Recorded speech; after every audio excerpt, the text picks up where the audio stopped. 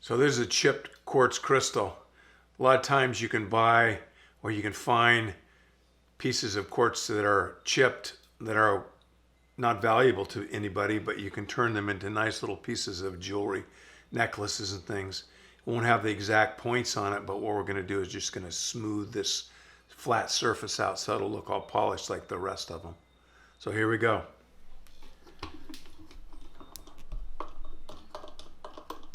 And this is going to be a start to finish little operation so you can see the stages that we go through. So what I do is I put the step one, the 180 mesh diamond disc on here, and I'm going to work in this quarter section right here because the wheel is going away from me. I can find that flat area that I need to clean up. And what I do is I take it and I lay it down here like this before I turn on the machine. I find that flat area where I want to do my repair work, which is right here. And then what I do is I turn on my machine. I'm using low RPM here. I don't need to go fast. And all I'm doing is just flattening out that chipped out area on this machine. I grind a little bit, and then what I do is I turn off my machine, turn off my water, move this out of the way, and look and see if I cleaned up that area, which I did. And that's what it looks like there. So now we're going to go through. Got a little bit more work to do on this.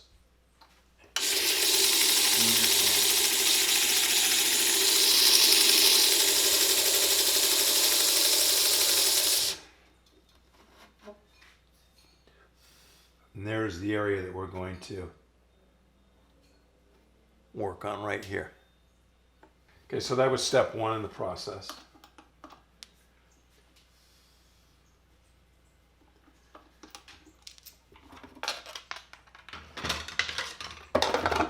This is step two. This is our 325 mesh. Put it in position, turn the water flow on. Find that flat. You'll feel that flat. You'll find right where it is. And then you turn on the machine and you just let it work. And you just work that whole area. What I'm doing is very subtly just working it back and forth, but I'm not changing the angle that I'm holding my stone at. It's important not to do that. All we're doing is getting rid of the scratch marks that we put in there in that initial 180 mesh diamond disc. So I'm just very patient, not in a big hurry, using moderate pressure on this stone. You don't need to do this because I just kind of slowly work it back and forth, and that finds out that area that I'm looking to work on. Take that in position, I turn off my water, turn off my disc. Now I lift the stone. And that's what it looks like.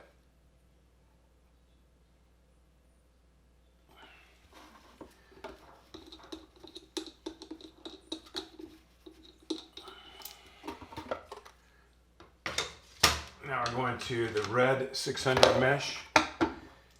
Slightly finer than the 325, and what that'll do is that'll take out some of the sanding marks from our initial 325 mesh.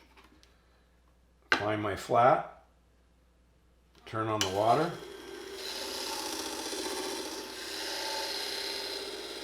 and just working the surface of the stone. Once again, don't need to do this. Make sure that I get the whole surface area done. And that's step three. You can see.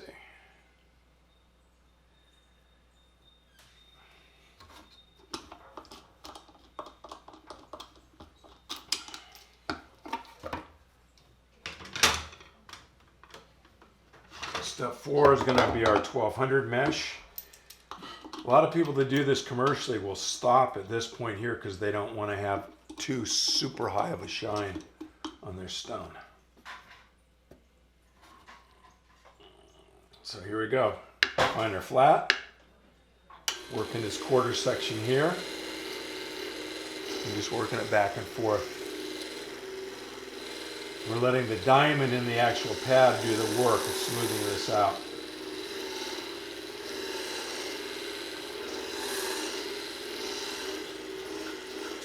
This is where you want to stop and you want to take a little bit of a look. Maybe have a little magnifying glass around. Look and see what it looks like. See that you got all the scratches out of there. You can see that this is the surface that I'm working on right here. And then we go to our final finish.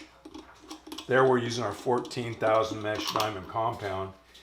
And in previous videos I showed you guys how to charge the diamond pad. We use diamond compound and put it right on this little white polishing pad. And there's the compound that we use here, so you can see. Turn this on. Your choice. Use it wet, use it dry. I like to use my polishing compounds wet because then what happens is we keep this stone always cool and never get any heat buildup on it when we're working with it. And this is, once again, just working the whole surface area of that flat.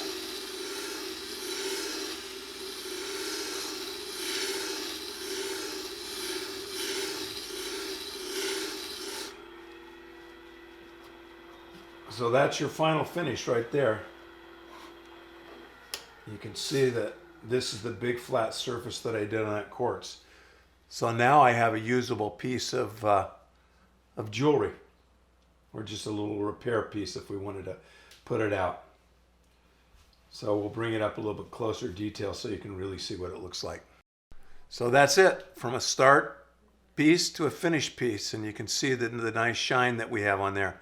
So you can use your own imagination, what you're going to do, where you're going to buy your quartz crystals, how you're going to make really nice jewelry pieces out of them. And there you go.